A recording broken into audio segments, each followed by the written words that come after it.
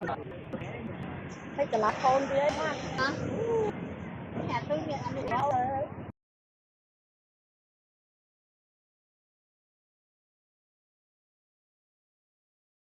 Anh chú đó anh mua cái này.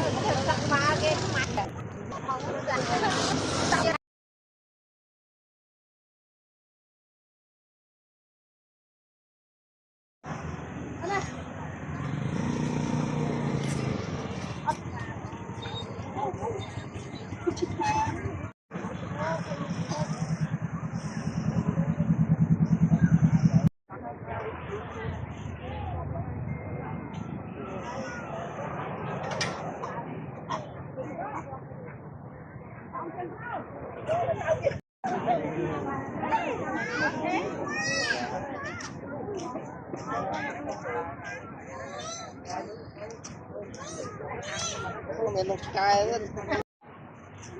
ấy một quá này.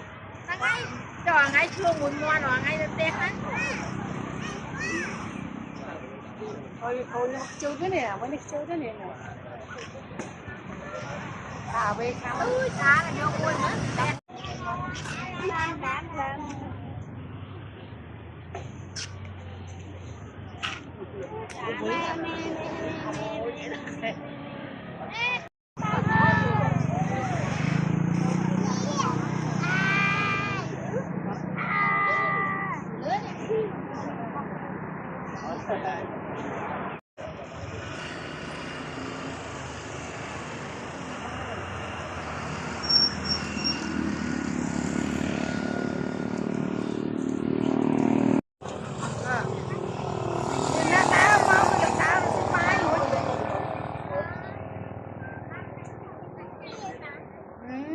Đã chơi đã vặt nạn nhiên thì đã